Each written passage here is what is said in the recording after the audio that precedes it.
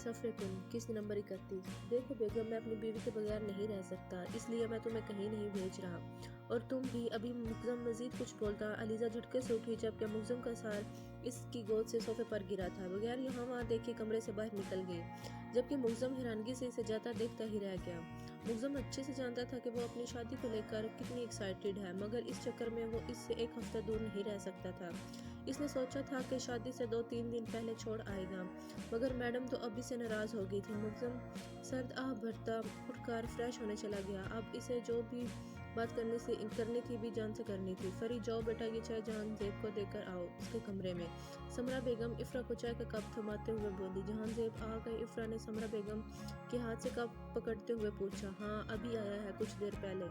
आप जाओ देकर आओ, इसे ज़रूरत होगी, अभी इतना सफ़र करके आया है। समरा बेगम इफ़रा से बोलती दोबारा अपने काम में मसरूफ़ हो गई, जबकि इफ़रा ने कदम जहांज़ेब के कमरे की जानिब बढ़ाए। इफ़रा जहांज़ेब के कमरे के बाहर खड़ी सोच रही थी कि अंदर कैसे जाए।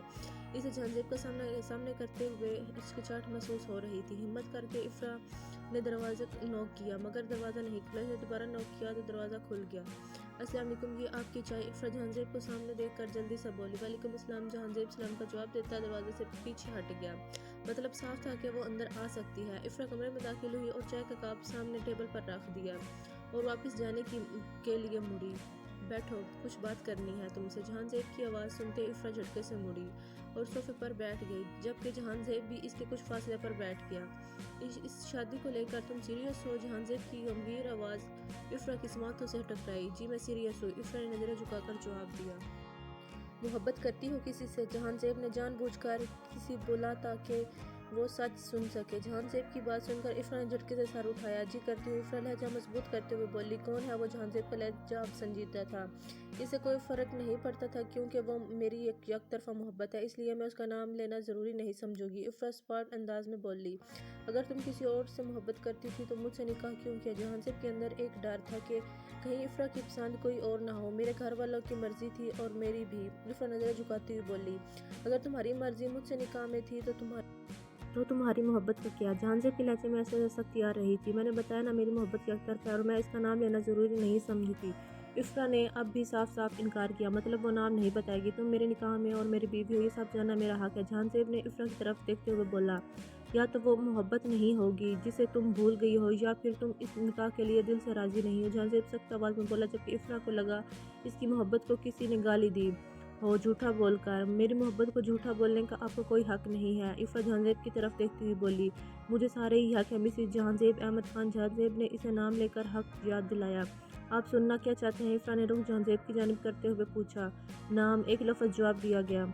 मैं इस शख्स की मोहब्बत में बचपन से गिरफ्तार हुई थी, और ये सिर्फ मोहब्बत नहीं थी, मेरी सोचों का, मेरी ज़िंदगी का तमाम तर मरकज़ एक ही शख्स था, और आज इसी शख्स के निकाह में हूँ। मुझे उम्मीद है आपको आपका जवाब मिल गया होगा, तो मैं चलती हूँ। इफ़रा बोलती खड़ी हुई, मगर जहांज़ेब इसका हाथ पकड़कर इसे वापस बिठा चुका था। मेरी बात अभी ख़त्म नहीं हुई और मेरी मर्ज़ी के बगैर तुम यहाँ से नहीं जा सकती। जहांज़ेब इफ़रा की जानिब देखते हुए सख्त लहजे में बोला। कब से चल रहा है ये सब, और तुमने किसी को बताया क्यों नहीं? जहांज़ेब इसकी तरफ देखते हुए बोला। मेरी मोहब्बत एकतरफ़ा थी, और एकतरफ़ा मोहब्बत का दूसरे इंसान की नज़र में कोई मुकाम नहीं होता। वो चाहे एकतरफ़ा मोहब्बत थी, लेकिन वो मोहब्बत मेरे पास थी, और मुझे इंसानों से उम्मीद बिल्कुल नहीं थी। मुझे मेरे खुदा से उम्मीद थी। मैं अपनी मोहब्बत को आपके सामने ज़ाहिर करके अपनी मोहब्बत की तौहीन बिल्कुल बर्दाश्त नहीं कर सकती थी। इफ़रा नज़रें झुकाती हुई बोली।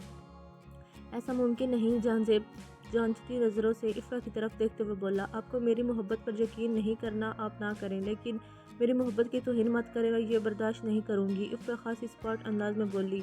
मेरे पास कुछ नहीं है तुम्हें देने को। जहांज़ेब ने इसकी आंखों में कुछ ढूंढना चाहा। मुझे कुछ चाहिए भी नहीं, मेरी मोहब्बत ही काफ़ी है हम दोनों के लिए। इफ़रा मुस्कुराकर बोली।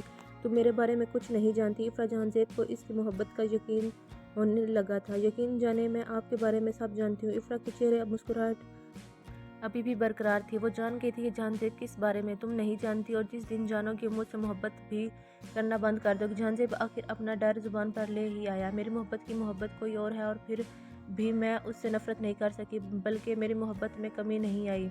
اس سے زیادہ بھی مجھے آپ کو جاننے کی ضرورت ہے کیا؟ افرا جہانزیب کی طرف دیکھتے مسکرا کر بولی۔ افرا کی بات سنتے جہانزیب نے جھٹکے سے سر اٹھا کر افرا کی طرف دیکھا۔ مطلب وہ جانتی تھی سب کچھ، پھر بھی نکاح کر لیا؟ تمہیں کیسے پتا اور کس نے بتایا ہے تمہیں یہ؟ جہانزیب نے افرا کی طرف دیکھتے ہوئے پوچھا، کیونکہ بی جان افرا کو یہ بات نہیں بتا سکتی تھی۔ یہ اسے پورا یقین تھا، لیکن پھر بھی افرا کو کیسے معلوم ہوا؟ جہانزیب کی بات سنتے افرا تلخی سے مسکرائی۔ یہ جاننا آپ کے لیے ضروری نہیں، آپ کو آپ کے تمام سوالات کے جواب مل چکے ہیں۔ افرا صوفے سے اٹھتے ہوئے بولی اور قدم دروازے کی جانب بڑھائے۔ دروازے کے پاس پہنچ کر افرا رکی اور جہانزیب سے مخاطب ہوئی، میں چاہتی ہوں آپ دوبارہ ان باتوں کا ذکر نہ کریں، کیونکہ میں نہیں چاہتی کہ کسی بھی بات کے بارے میں بھابھی کو پتہ چلے اور وہ ہرٹ ہوں۔ افرا نے گویا جہانزیب کے سر پر ایک بم پھوڑا تھا، یعنی وہ یہ بھی جانتی تھی کہ وہ لڑکی کوئی اور نہیں علیزہ ہے۔ جہانزیب صوفے سے اٹھا اور چلتا ہوا اس افرا کے سامنے کھڑا ہو گیا۔ اس کی عزت مجھے اپنی جان سے بھی زیادہ عزیز ہے اور تم سب کچھ جانتی ہو، یہ بھی اچھا ہے، کم سے کم مجھ سے کچھ نہ ملنے پر شکوہ نہیں کرو گی۔ جہانزیب سنجیدگی سے کہتا اپنا رخ موڑ گیا، جبکہ اس کی یہ بات افرا کے دل کو لگی تھی۔ وہ بغیر کچھ کہے دروازہ کھولتی باہر نکلی، مگر سامنے ہی علیزہ کو کھڑا دیکھ کر وہیں رک گئی۔ بھابھی آپ؟ افرا نے لڑکھڑاتی زبان میں بولا، جبکہ جہانزیب افرا کی آواز سنتا جھٹکے سے مڑا تھا۔ کیا ہوا، سب ٹھیک ہے؟ علیزہ ان دونوں کا اڑا ہوا رنگ دیکھتے ہوئے بولی۔ جی بھابھی، افرا اب ڈر پر قابو پاتے ہوئے بولی۔ پھر آپ دونوں مجھے ایسے کیوں دیکھ رہے ہیں جیسے کوئی جن دیکھ لیا ہو؟ علیزہ نارمل انداز میں بولی تو ان دونوں نے سکھ کا سانس لیا۔ مطلب علیزہ نے کچھ نہیں سنا تھا؟ کچھ نہیں بھابھی، وہ بس آپ اچانک سامنے کھڑی تھی تو افرا علیزہ کی طرف دیکھتے مسکرا کر بولی، ہاں میں گزر رہی تھی یہاں سے تو تمہاری آواز سنائی دی، ابھی میں رکی ہی تھی کہ تم باہر آ گئی۔ ویسے تم رخصتی سے پہلے یہاں کیا کر رہی ہو؟ علیزہ پوری خالص بھابھیوں والے انداز میں بولی۔ وہ میں چائے دینے آئی تھی، چلے ہم نیچے چلتے ہیں، افرا بولتی علیزہ کا ہاتھ پکڑتی نیچے کی جانب بڑھ گئی۔ جہانزیب نے گہرا سانس لیا اور دروازہ بند کرتا فریش ہونے چلا گیا۔ السلام علیکم بی جان، مگزم بی جان کے کمرے میں داخل ہوتا ہوا بولا۔ وعلیکم السلام، کیسے ہو بچے؟